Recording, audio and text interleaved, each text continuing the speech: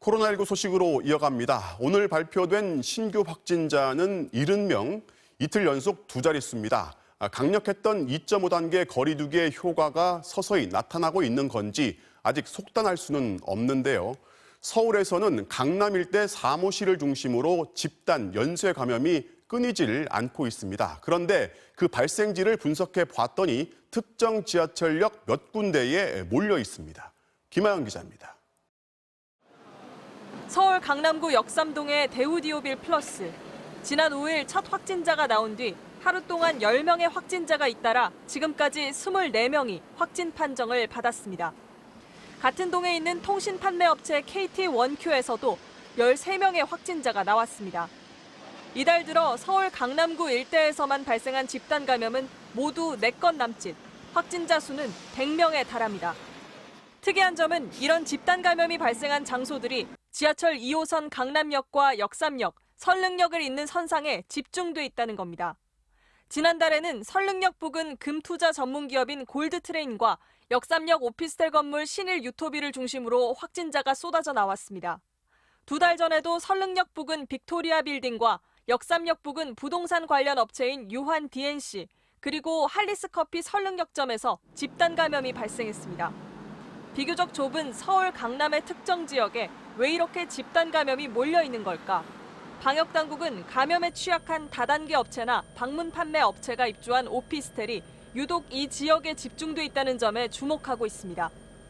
방문 판매, 다단계, 그리고 투자 설명회가 오피스텔을 중심으로 상당수 많이 있어 왔습니다. 그래서 콜센터와 유사한 그런 업무를 진행하는 그런 업체들도 또 상당수 그 강남 지역 쪽에 많이 있다 보니까.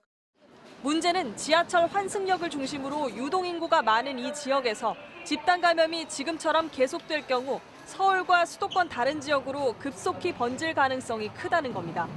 방역당국은 강남구청과 협의해 설릉역과 강남역 일대의 고위험 시설에 방역과 관리를 집중하는 방식으로 특정 지역발 감염 확산에 대처하겠다고 밝혔습니다. MBC 뉴스 김하영입니다. 부산 동아대는 전 과목 비대면 수업을 진행해 오다 지난주부터 일부 대면 수업을 시작했는데 며칠 뒤 첫 확진자가 발생한 이후 계속 늘고 있습니다.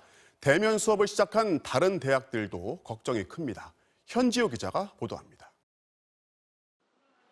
자녀의 짐을 챙겨든 학부모들이 기숙사 건물을 서둘러 빠져나갑니다.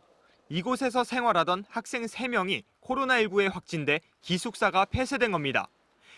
걱정은 됐는데 일단 학교에서 이제 그렇게 결정을 했으니까 기숙사 왔는데 일주일 만에 이러니까 좀 그렇죠. 최근 사흘 동안 부산 동아대학교 부민 캠퍼스에선 확진 환자 12명이 쏟아져 나왔습니다. 비대면으로 유지하던 강의를 대면 수업으로 전환하자마자 집단 감염이 발생한 겁니다.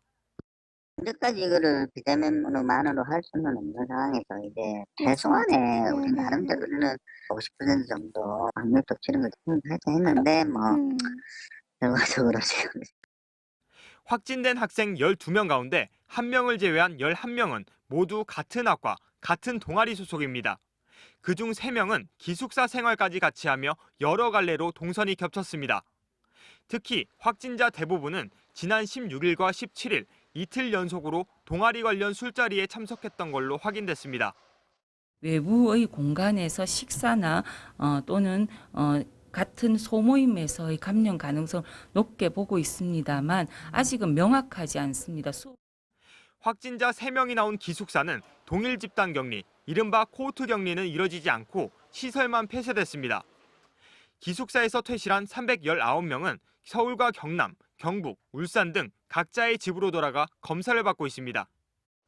12명의 확진자들과 수업 중 접촉한 학생만 최소 317명, 학교 인근 음식점과 술집 등 동아리 활동에 동선에 포함된 접촉자는 800명이 넘습니다. 일부 대학들이 전면 비대업 수업을 완화해 대면 수업을 조금씩 늘려가는 상황에서 방역당국은 다시 비대면 수업으로 전환하고 특히 동아리 등 단체 활동을 자제해달라고 요청했습니다. MBC 뉴스 현지호입니다. 코로나19에 걸렸다가 완치 판정을 받은 뒤 또다시 감염된 재감염 의심 사례가 4월에 발생했는데 정부가 오늘 중간조사 결과를 발표했습니다. 1차, 2차 때 서로 다른 유형의 바이러스에 감염된 것으로 확인됐는데 코로나19도 독감처럼 반복해서 감염될 수 있다는 겁니다. 전동혁 기자입니다.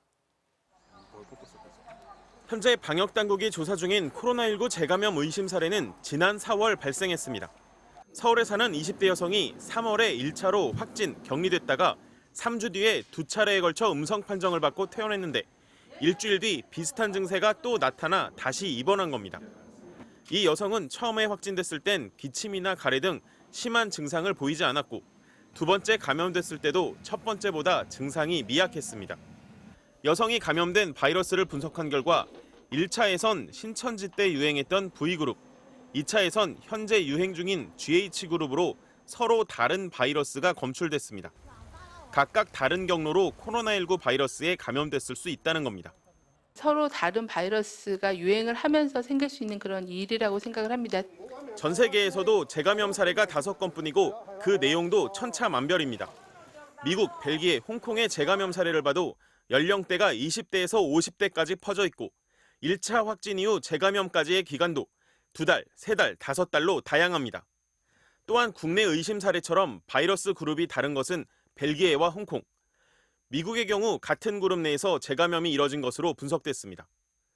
바이러스가 수많은 변이를 일으켜 면역 항체를 피해갔거나 완치되더라도 일부 환자의 경우 면역 항체가 부족해 재감염될 수 있다는 해석입니다. 굉장히 짧은 기간에 재입원하셨기 때문에 항체가 충분히 형성이 안 됐을 가능성도 있을 수는 있다. 방역당국과 전문가들은 재감염 사례가 백신과 치료제 개발에 어떤 영향을 미칠지 당장 판단하기는 어렵다면서도 기존의 독감처럼 여러 번 반복적으로 감염되며 평생 면역을 갖지 못할 수도 있다며 주의를 당부했습니다. 한번 걸렸던 분들도 재감염이 가능하니까 마스크 착용이나 거리 두기 이런 감염 예방 조치를 꾸준히 해야 된다.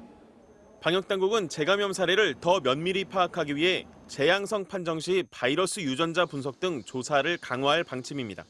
MBC 뉴스 전동혁입니다. 한 고깃집에서 손님들이 다닥다닥 붙어서 식사를 했는데 지금까지 7명이 확진 판정을 받았습니다. 마스크를 착용했던 직원들은 모두 음성 판정을 받았습니다. 박준호 기자가 취재했습니다. 지난 6일 저녁 부산 북구의 한 고깃집에 다녀간 손님 7명이 무더기 확진 판정을 받았습니다.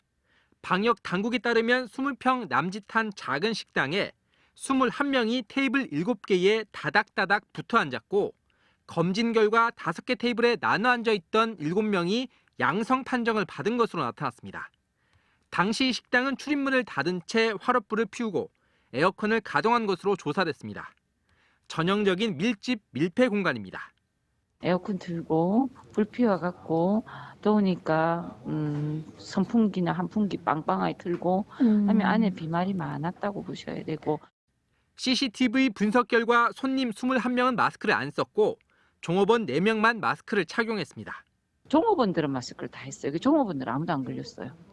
지난달 29일 대구 북구의 한 빌딩에서 열린 동충하초 설명회에서도 전체 27명 가운데 유일하게 음성 판정을 받은 사람이 마스크, 그것도 KF94 마스크를 착용했던 것으로 나타나 화제가 된 바 있습니다. 아무리 답답하더라도 현재로선 오직 마스크만이 유일한 방역 대책이라는 게 또다시 확인되고 있는 셈입니다. MBC 뉴스 박준호입니다. 유흥주점이나 노래방 같은 코로나19 고위험 시설에서는 이렇게 QR코드를 이용한 전자출입 명부를 의무적으로 사용해야 하는데요. 하지만 명부를 쓰기는커녕 아직까지도 이런 사실조차 모르는 곳도 많습니다.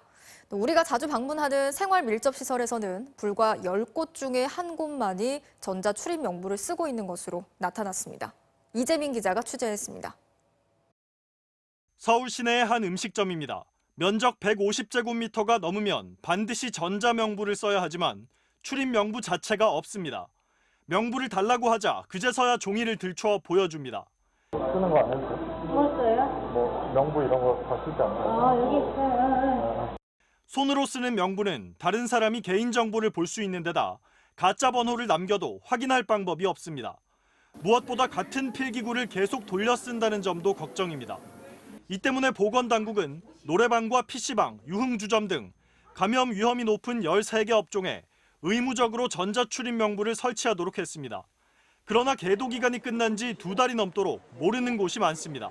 QR코드 측정을 한번 해주셔야 돼요. 네. 아셨죠? 네. 저도 둘 중에 하나만 하면 되는 줄 알고. 식당과 가게 등 전국 생활 밀접 사업장 246만여 곳 가운데 전자출입 명부를 쓰는 곳은 26만 3천여 곳, 10.6%에 불과합니다. 전자출입 명부를 꼭 사용해야 하는 고위험 시설은 별도로 관리해야 하지만 이런 시설이 얼마나 되는지는 모릅니다. 헌팅 포차나 감성주점, 대형 학원이나 뷔페 같은 업종은 별도로 업종 분류가 안 돼 있기 때문입니다. 제가 그거까지는 좀 말씀드리고 모르겠어요. 시설을 한번 지자체 한번 문의해 보시는 좀. 감염병 예방법 개정안에 따라 다음 달 13일부터는 의무시설에서 전자출입 명부를 안 쓸 경우 사업주가 과태료 최대 300만 원까지, 이용자는 10만 원까지 내야 합니다. 다만 정부가 공급한 사업자용 애플리케이션이 구형 컴퓨터나 태블릿 PC에서 작동하지 않는 경우가 있고 노약자들은 전자명부 사용이 어려운 만큼 전화를 걸면 자동으로 출입자를 기록하는 등 쉽고 다양한 인증 방식을 도입할 필요가 있습니다. MBC 뉴스 이재민입니다.